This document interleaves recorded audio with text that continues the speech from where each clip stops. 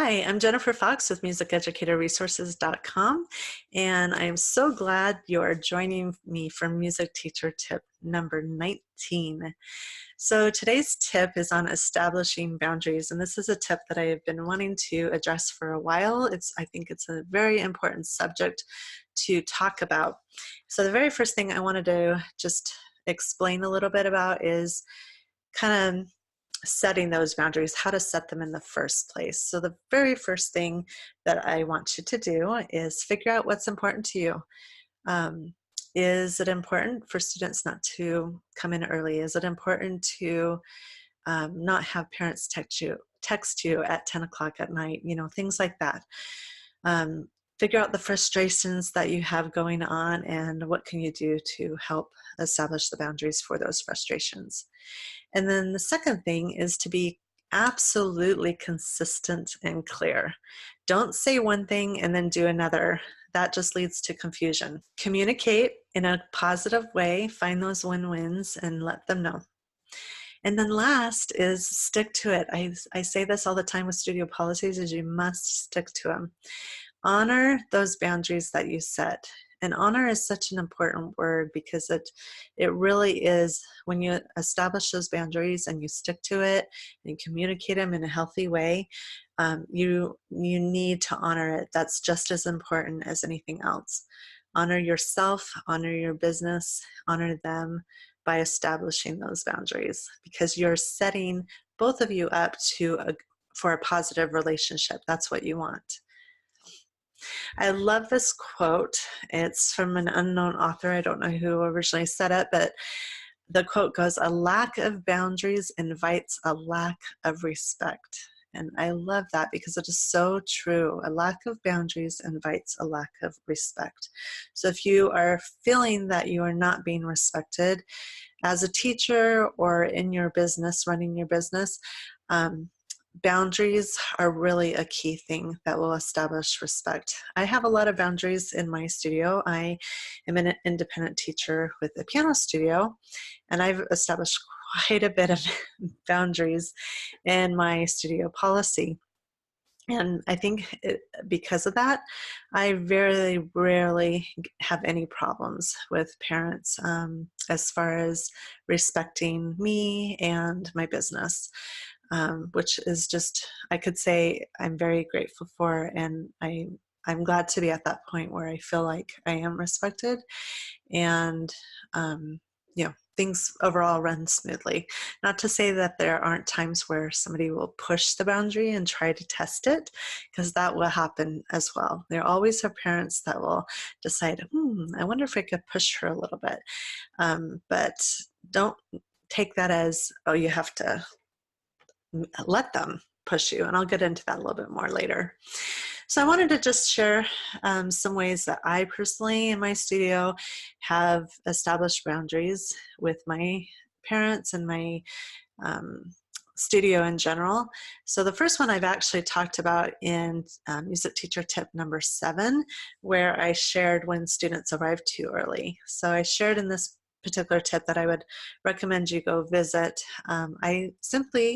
It's just a simple solution. I put a sign on the front door, and that just tells my families that it first tells the first students of my day or my morning or my afternoon or whatever it is that unless the sign is on the door, I am not ready for them. So they have to wait in the car or on the bench in the front porch until they see that sign on the door. And that's just something that they've learned to do. I tell them right at the beginning when I am interviewing new families, if I know that they're going to be my first family of the day, then I let them know right away, this is, don't come to the door for your lesson until you see the sign is on the door. And that means that I'm ready. And they're like, okay. So that's the first way that I've established boundaries as far as early students, because I don't want them more than 5 minutes early. So then the next thing I have is my door divider, and that is dividing my main teaching room that's in the living room. And this is where I do my regular lessons. That's where the grand piano is. That's where I do the group lessons and such. And I divide it, I block off the area that's my family room and my kitchen. That is where my family goes. you know, when I'm teaching, they go into the kitchen and stuff, and it gives them a little bit more privacy when they go in that room. And I don't want my students to cross that boundary. Now, there are occasions when we'll have camps and stuff, and I'll let them go in the kitchen, and, you know, different events that we might have. When I let them, the divider's not there, or I open up the divider. So that's just another simple way that I've been able to establish that boundary. Another way is actually when I shared a music teacher tip number 17, and that is when students need to miss lessons. I've established this boundary, if you will, of not taking any of extra time beyond what they have paid for. And so my solution for missed lessons is to always use their lesson time for when they need a miss. So if somebody has a lesson at Tuesday at 4 o'clock, then I will use that lesson time either with them online, or I will send them a video lesson. But I will not allow a makeup lesson because outside of their normal time, because that is breaking the boundary of my time. So I highly recommend that, and visit music teacher tip number 17 for more information on how that works. All right, the next boundary that you can set is responding to texts and emails and the phone and all that fun stuff. So if you establish certain hours that you want to respond to those texts or phone calls or emails, make them known.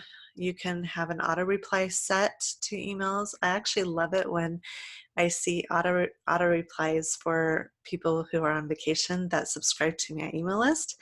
So when the auto replies go out, I'll get the message that they're on vacation, or whatever the message is, that they can't get to the email, and when they get back, they'll respond. And I love actually when I get those messages, because I'm like, yes, they're establishing their boundary. They're out enjoying their vacation, and you know, not worrying about their students when they're gone. So I think that is awesome. You know, a lot of phones have the do not disturb thing. My phone actually is on do not disturb all the time, like 24 hours a day. I have it on do not disturb. So I have the option to go in and check it when I want and need to. Let's see. Oh, studio policy. I slightly mentioned this before, but I cannot stress enough how important a studio policy is. I know there are teachers out there that don't think they need a studio policy because nothing ever goes wrong. But there are always times, I promise you, that there will be a time that someone will try to cross the boundary, and they're not going to know that they crossed a boundary because it was never communicated to them from the beginning. Studio policies are not a negative thing. They're a way to communicate to parents how you run your business, the boundaries that you want to set for your business. And I mean, it's all about communication. And that way, when that communication is set, there's no question. If they do question it, or they do try to cross that boundary, or do something against the studio policy, it is as simple as saying, oh, you might have forgotten, this is what it says in my studio policy, and just remind them. It doesn't have to be anything negative or anything like that. It could just be a simple reminder. This is what it says in my studio policy. You know, thanks for respecting that, kind of thing. Another thing, I know that sometimes it's hard to say no, and it's hard to know how to respond to parents. And one thing I do is I have a course called, let's see, creating your studio policy and sticking to it, because I think sometimes it's easy to create that studio policy, but then it's hard to stick to it and make sure those boundaries are set, and say no when you have to say no, or, you know, things like that. And so in my course, one of the PDF resources that I have available is actually a script of all sorts of different scenarios that you can respond to, and help you at least get started with how to respond. Because sometimes that's the hardest part, is just responding to something. And then don't be afraid of that. The last little thing I wanted to mention is when you are responding to something that maybe that boundary was starting to get crossed, smile when you respond. There's something about this act of smiling that allows you to not make things as negative as you probably would have. Because usually when you're responding to something, when it comes to boundary crossing, you are irritated.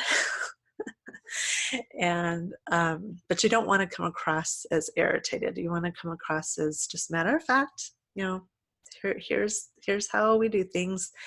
And when you smile when responding, it makes a difference. So I would encourage you to do that.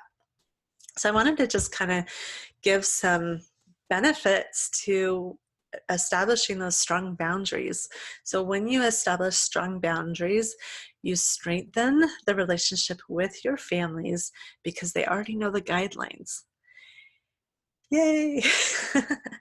You don't feel guilty about saying no to anything that isn't aligned because you already communicated that.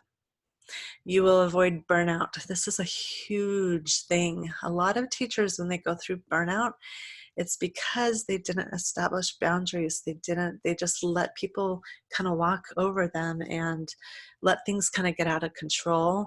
So establishing boundaries will help you avoid burnout. You will have more freedom to do what you need to do versus running ragged trying to please everyone and do something you didn't want to do in the first place or whatever. So, all right, another benefit of establishing strong boundaries is that you will have less anger and resentment. There's no reason to have resentment in your life in regards to your business because you are setting up the rules, you're setting up the boundaries. And so there's no reason to have someone walk all over you. The other thing is you will have less conflict and stress, and you will be respected more. I've really found this to be true. The respect level goes way up the more boundaries that you set, as long as they are clear and established at the beginning. The ones that will give you a hard time are usually the ones that are confused. It wasn't clear from the beginning. They feel like, oh no, all these, what you used to do for me, why aren't you doing it anymore, kind of thing. So that's why it's important to have it from the beginning. Now, that's not to say that if you used to do something that you can't all of a sudden establish the boundary. That's not to say that at all. But there is a way to make it so it's clear and upfront and say, this is how it is from here on out. And then with that in mind, people will push boundaries as far as you will let them.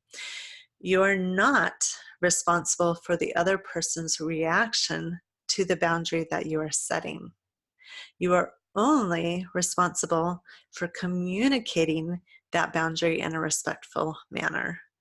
So even if someone might be angry at you, you're not responsible for their anger. That is on them. As long as you are communicating in a respectful manner, then you just need to let them deal with their anger and just reiterate the boundary that you set. So I hope these thoughts and ideas and tips were helpful for you. If you have a tip on how you establish boundaries that has really worked for you, feel free to share it in the comments wherever you might be watching this video.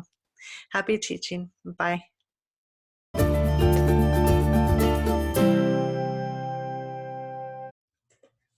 I just wanted to show you my t-shirt that I'm wearing. This is my favorite t-shirt. I wear this every single week. It's soft. I love the softness of it, but I love the message. It says, inhale goodness, exhale kindness. I don't know how well you can see that because it's kind of dark, but I love the message on this shirt. I always like to buy shirts that kind of remind me of how I should be, and I thought this was perfect shirt to wear when I'm talking about establishing boundaries. So inhale goodness and exhale kindness. And I think that goes hand in hand with establishing boundaries. All right, bye.